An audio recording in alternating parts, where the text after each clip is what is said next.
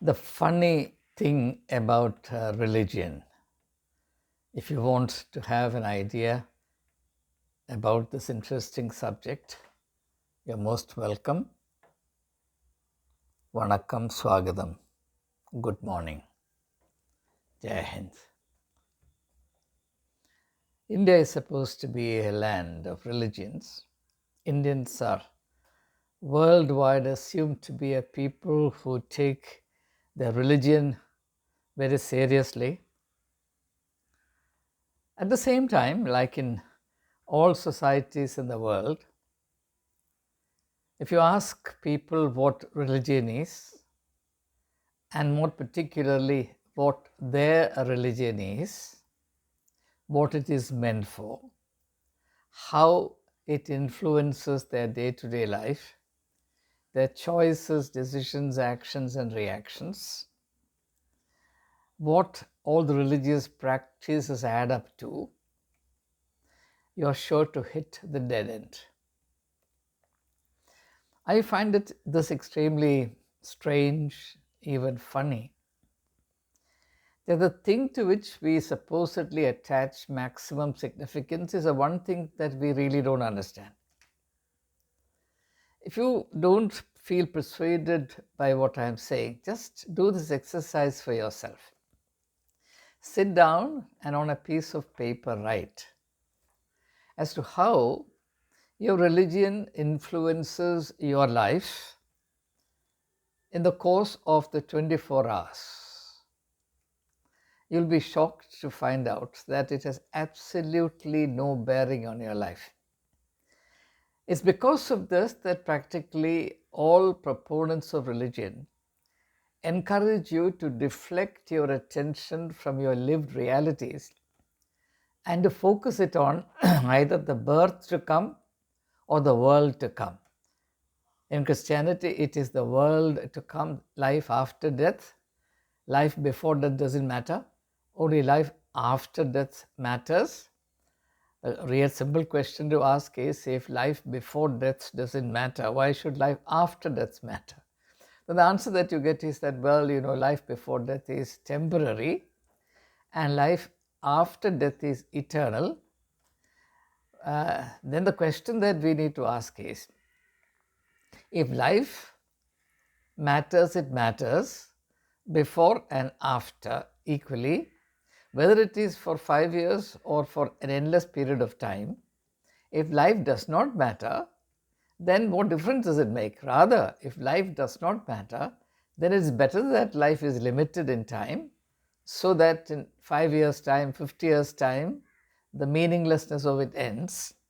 On the other hand, if life is assumed to be meaningful and of profound value, then it must be ascribed the same value before death as well, so that the religion that we practice, the religion we think we cherish, must enable us to cherish our life before death,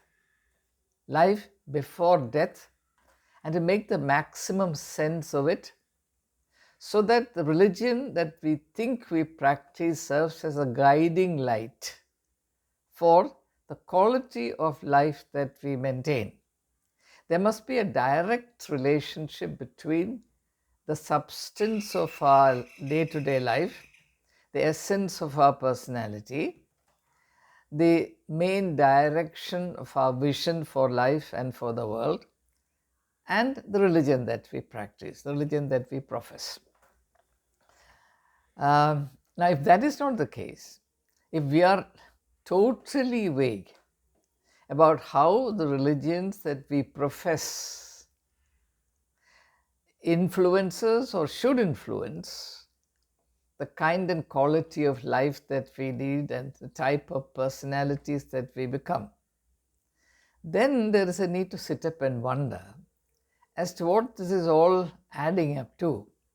And this needs to be done particularly given the fact that, unfortunately, in our country, religion is being grossly misused and abused, corrupted and degraded into a tool of tension, of conflict, a source of social and national pollution.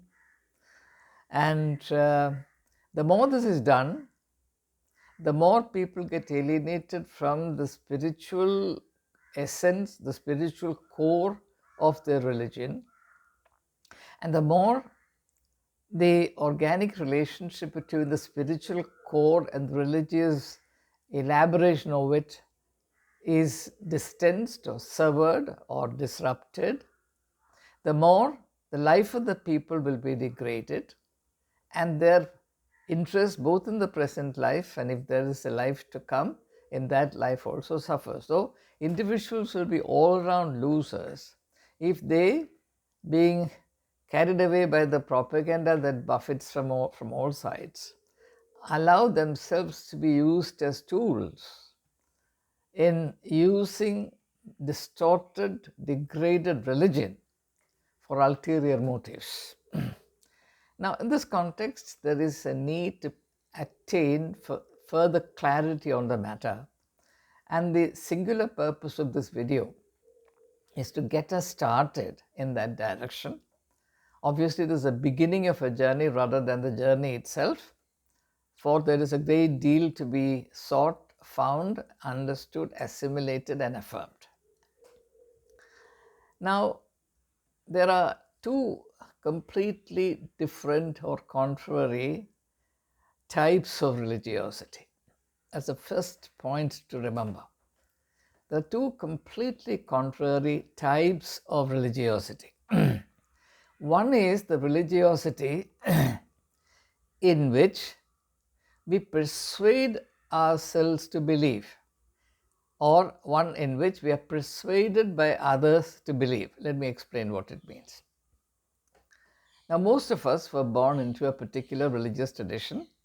Only a microscopic minority comprised the people who voluntarily chose one religion over the other, and that's called conversion, which involves, presumably on theory, an informed choice of a particular religion based on personal conviction as to which religion suits that person's needs, personalities, likes and dislikes best. But a vast majority of people are simply born into a religion.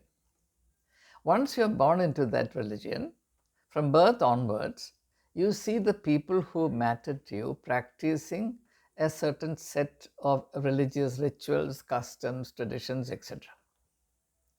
And you are, from birth onwards, encouraged, in many cases forced, to adopt those assumptions, customs, rituals, practices, and you do so without asking a question.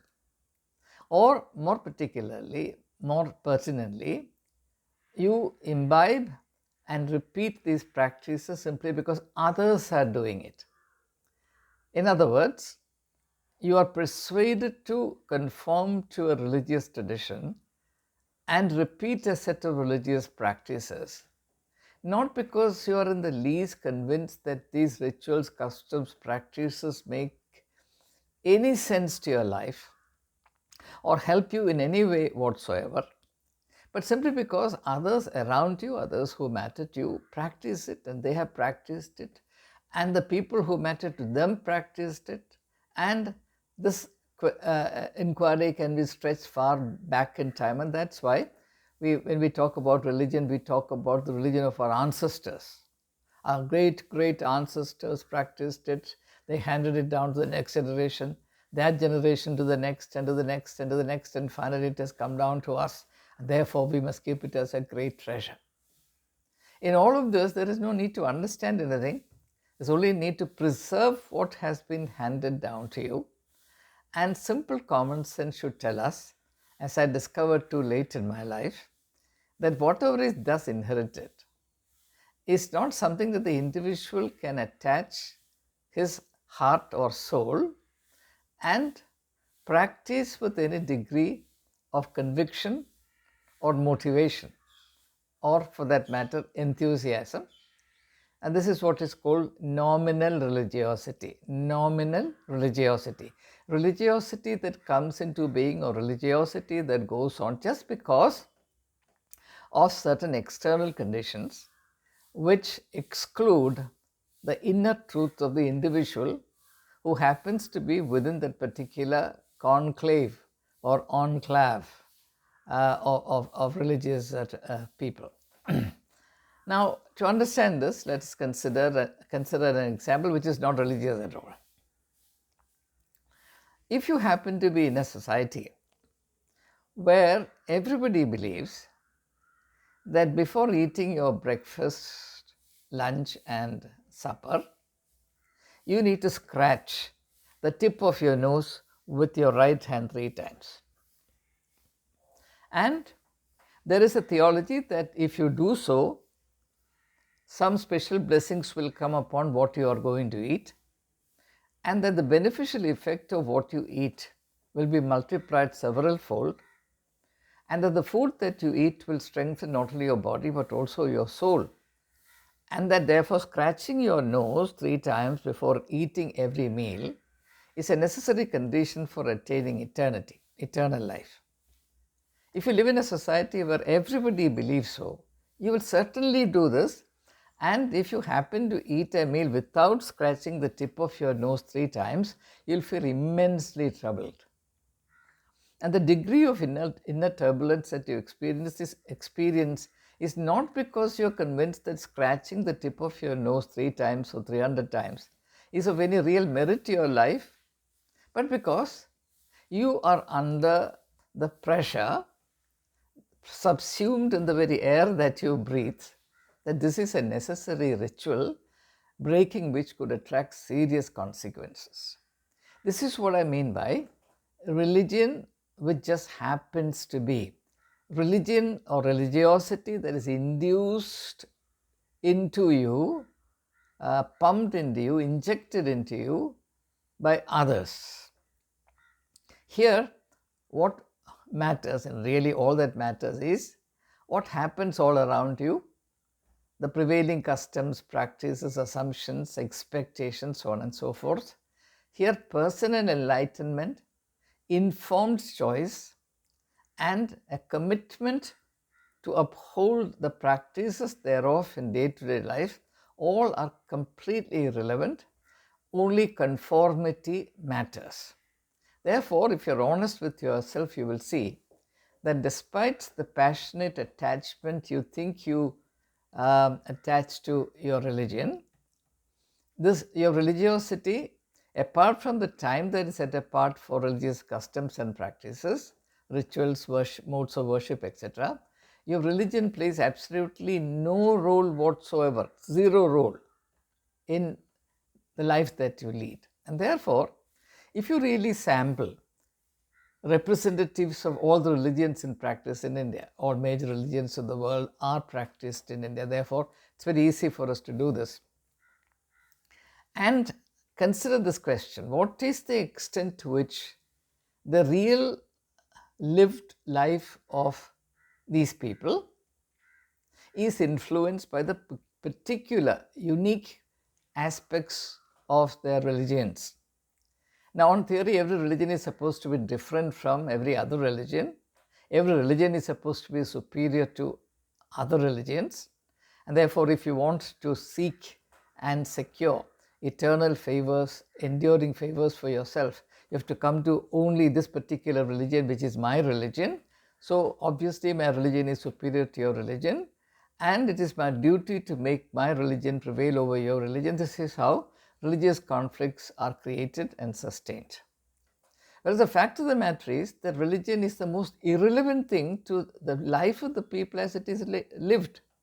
Whether you are a Hindu, Muslim, Christian, Sikh, Parsi, Jain, whatever, your religion has really nothing, absolutely nothing to do with your day-to-day life. Your life is lived not on the basis of religion but on the basis of culture.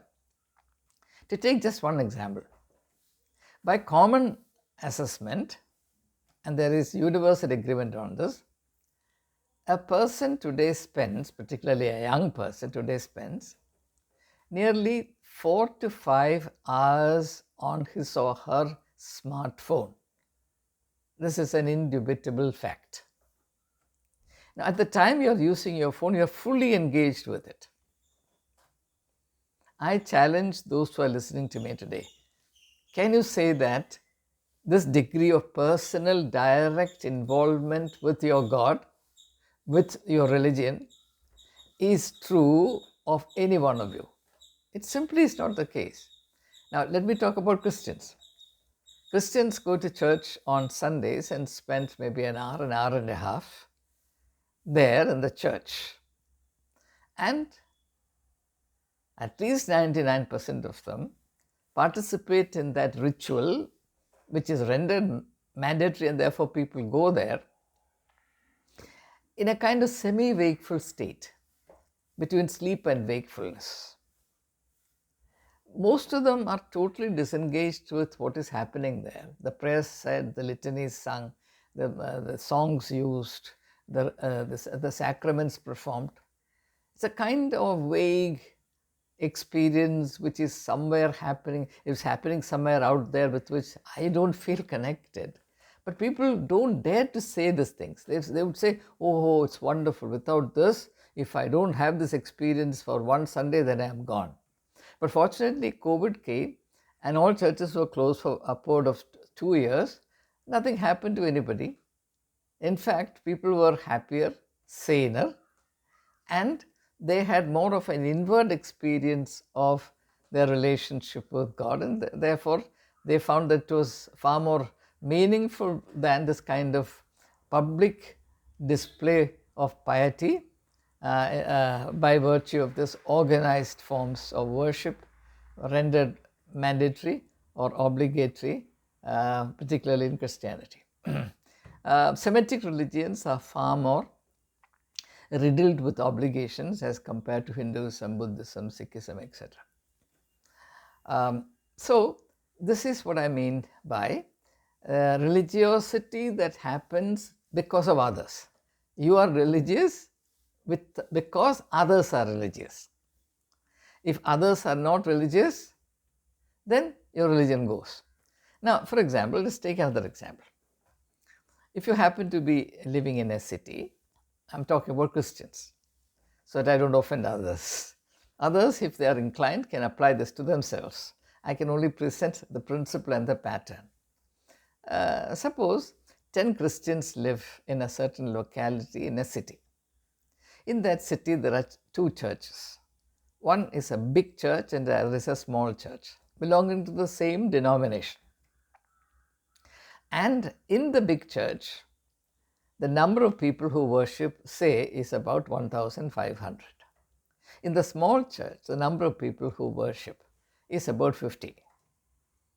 A new Christian happens to shift there, hire a house, live there, and he is looking for a church to belong to. Which church do you think he will choose? He will certainly choose the big church where 1,500 people come together, even though the small church where 50 people are worshipping is much closer to his place of residence. The reason is very simple. He thinks, like everybody else, he thinks that the place to which the vast majority of people go has some greater spiritual merit and potency as compared to the small place. It's a variant of the same psychological principle that I have been trying to explain to you. Now, for example, take another aspect of it. These are the days of Hindu self-assertion, Hindu renaissance, Hindu awakening. Now, if you really, and I'm making a factual statement, I'm not issuing a value judgment at all. If you really analyze the factor, the catalyst that works in this, it is the greater awareness created about the, shall I say, the total numerical domination of the Hindu community. Now, in order to create this numerical dominance, a great exercise had to be undertaken to forge unity in the Hindu community, because Hindu community is proverbially fragmented because of the caste system. Disunity, fragmentation is endemic, inherent in Hinduism. Sectarian animosities are inherent in every religion. So it is not Hinduism alone that is fragmented. All religions are fragmented. There are reasons for it. This is not the occasion for me to examine them. So an exercise, a grand exercise spread over a period of time, had to be undertaken to take the Hindu community out of its fragmented state and to forge something like pan-Indian Hindu unity. And that was a main goal in the Ayodhya Janmabhoomi movement, Ram Janmabhoomi movement. And I can understand the purpose and I cannot disagree with it. It's good for a community to feel that it is one, because strength lies in unity, as even a school child knows.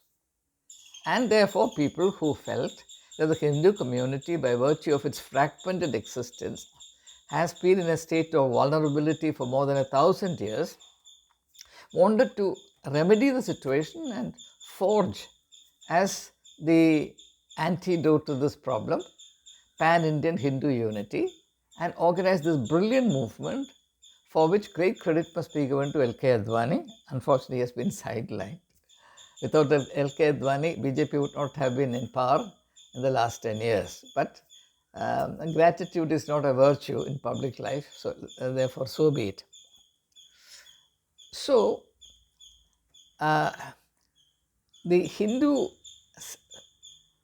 sense of pride is based on this number.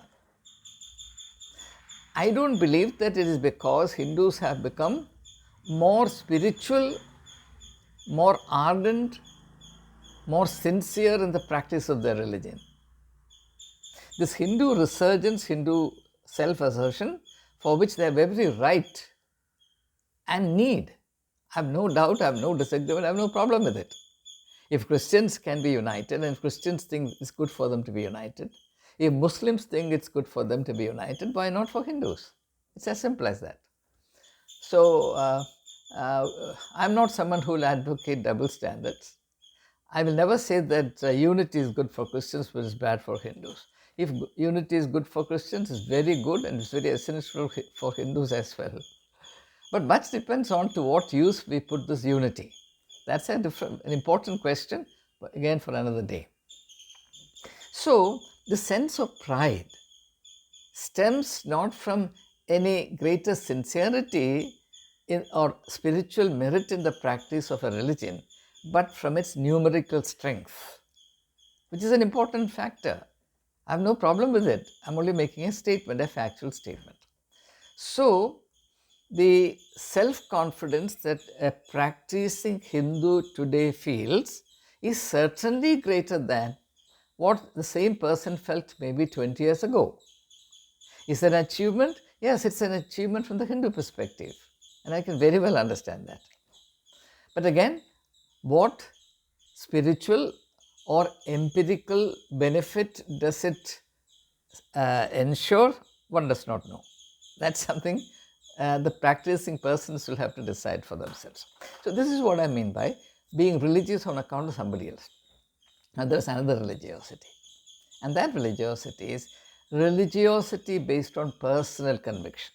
Whether you are born into a religion or whether you accept a religion based on personal conviction, unless and until the core religious principles, ideas, ideals, discipline is internalized, understood and internalized and put to practice, you really have no meaningful relationship with the tradition. So in the second category of people, which is a very small, tiny category of people, religious people, it so happens that they have bothered in their own ways with varying degree of competence, sufficiency, satisfaction, attempted to understand the essence of the religious tradition to which they belong or which they happen to practice or they come to practice, as in the case of converts, and they value their spiritual experiences not because it corresponds to the experience of everybody else around them, but because they have a personal relationship with a core spiritual experience, encouragement, inspiration, which exerts a transforming, refining, inspiring influence on them, so that the spiritual tradition to which they belong and or the religion that they actually practice bears fruit in their life. It influences the quality of their life and their personality, the beneficial outcomes of which are felt by others. In the case of the first category of people, there's nothing to be experienced about the beneficial quality of their faith by anybody around them or far away from them. Even they themselves do not experience anything beneficial. So, it's time for us, even as we become more and more religious, affirmative, belligerent, assertive about our respective religions, it's important for us to realize that there is much bravado about religion, but very little understanding of religion. Or as I sometimes say, the discussions about religion generate heat, not light. Heat, not light.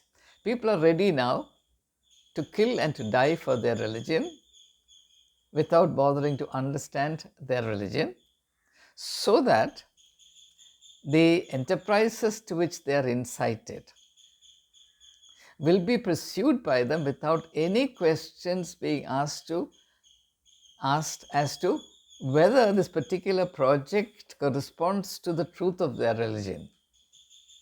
For example, take communal rites. Those who participate in communal rites are presumably those who are very fervent for their religion or religious tradition.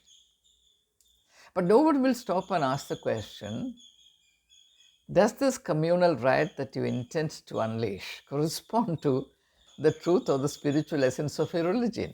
Does your religion inspire you or encourage you to kill, to rape, to destroy, to insult, to create misery, to practice injustice? Nobody will stop and ask such a question. If there is a tension between two religions, as unfortunately there exists between Christians and Muslims in Kerala, completely unwarranted, totally baseless, and entirely artificial, created by certain vested interests, no one will really ask the question, is this tension necessary? Is it rendered necessary by anything which is inherent in and essential to or basic to the religious tradition I have practiced? For example, as far as a Christian is concerned, Jesus went to the extent of saying that you should love even your enemies. In which case, how can I, a Christian, harbor these thoughts of malice and hatred towards anybody else, whether it is Muslim, Hindu, doesn't matter, even an unbeliever, an agnostic, an atheist, a rationalist. Some of my Christian friends are quite shocked that I am happy to listen to rationalists and atheists and free thinkers. I listen to them not necessarily to lap up whatever they say. I listen to them because it's my courtesy to listen to them. Just as I expect them to listen to me, I should extend to them the reciprocal courtesy of listening to them. Ardent Christians believe that the whole world has a duty to listen to them, but they have no duty to listen to anybody else. I'm sorry, I don't belong to that type of Christianity. Jesus said, treat others as you would be treated by them. So I listen to everybody. But whether or not I should accept what they are saying, whether or not I should listen to what they are saying with a critical mind, or simply allow myself to be a dumping ground for their ill-conceived ideas, that's a choice I make, certainly, because I hold myself responsible for the integrity of my inner life. So it's very important for us to realize that for all our fervor, our zeal, our heat about our religions, we know absolutely nothing about our religious traditions. Now, in conclusion, let me also say this, that in ancient times, say right up to the 18th century, the great concern about religions was about the truth of religions. Is this religion true, or is this religion untrue? Or is religion in itself true, or is religion untrue? Now, don't think that agnosticism, atheism started in the 20th century. It has a very, very long history. The extent to which it influenced people varied from age to age and century to century. But people from the beginning of human consciousness had two completely contrary perceptions. One is that the whole world is full of God's presence. The other is that nature is a mechanical, heartless, soulless, insensitive thing. And as Tennyson wrote in one of his poems, nature, red in tooth and claw, with ravine shrieked against my creed. I don't want to stop and offer explanations for it. It's a perception of religion completely different from the idea of religion that is prevalent in religious traditions. Because after all, God created nature and therefore it cannot be evil. But Tennyson says, nature shrieked against my creed. It's a sense of hostility between man and nature, which is certainly an aspect of nature. In Kerala, in the wake of this massive tragedy that happened in Wayanad due to unprecedented levels of landslide which killed more than 400 people, this idea that nature cannot be always compassionate and considerate towards human beings. Nature cannot be a caring phenomenon, mindful of the right of people to exist, so on and so forth, is seriously in doubt. Seriously in doubt. So now that concern shifted around the 18th century, the birth of the Enlightenment. The debate shifted its focus from the truth of religion to the utility of religion, usefulness of religion. This, of course, those who are familiar with the history of ideas know that corresponds with the rise of utilitarian philosophy in Europe, particularly with England as the focus.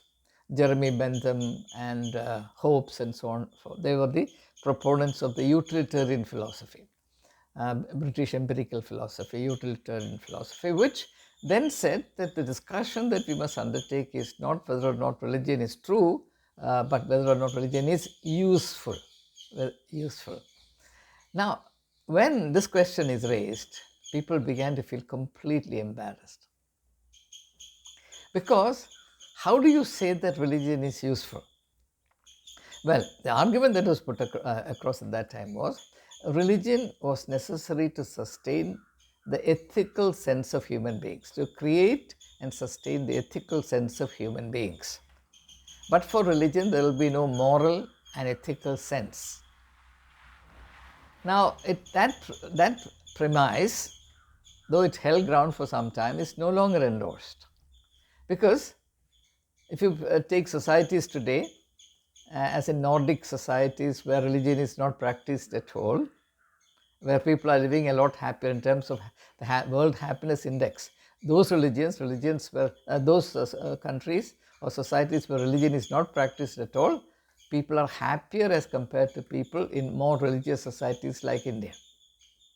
And their social life, their public life is certainly far more ethical, their personal life more moral than it happens to be the case with the more overtly religious societies.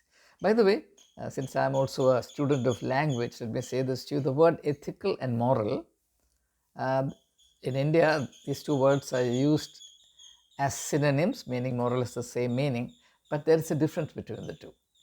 Morality is associated with individual life, whereas ethics is associated with society. So social ethics and personal morality. It's easy to remember. It's always good to be precise in the use of words. So social ethics and personal morality. The way I relate to myself is my morality. The way I relate to a person other than myself is my ethics.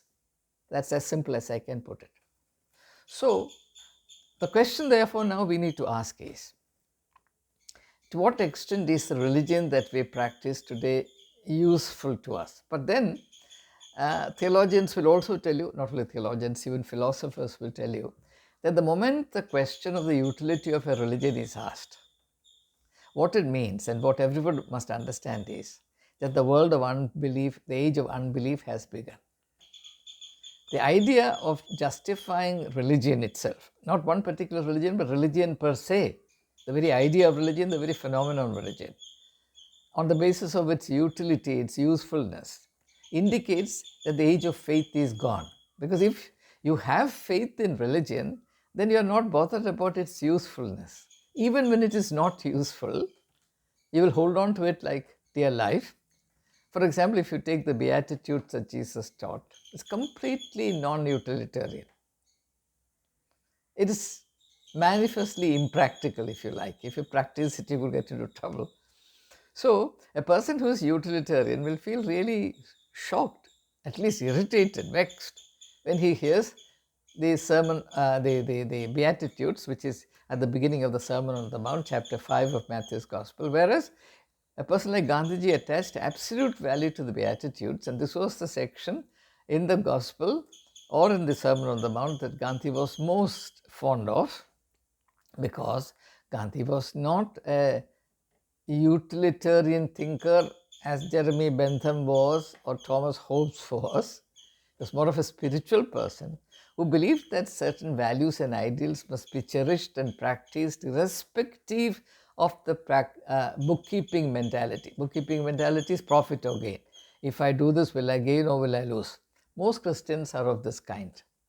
Hundreds and hundreds of Christians have talked with me in the last 8 years that I have lived in Kerala. Every one of them has sounded deeply disappointed and maximally disturbed by the degeneration that has come into Christianity, every church included. And I asked them, then why is it that you still latch on to and hold on to your church like a leech to the leg of a man? They would say that if we don't have a church to belong to, our children cannot be baptized, our children cannot be married, and our dead bodies cannot be buried. Sheer utility. Remove this utilitarianism from Christianity today, nothing will be left. I say nothing will be left. Absolutely nothing will be left. The rest is all a cover-up. The rest is all nothing but hypocrisy. It goes on simply because we are cowards and we don't have the courage to acknowledge the truth about ourselves. That is the reality. So we are obliged to live a life of hypocrisy. Why? Because we are under the influence of everybody around us. Everybody goes to church, therefore I also must go.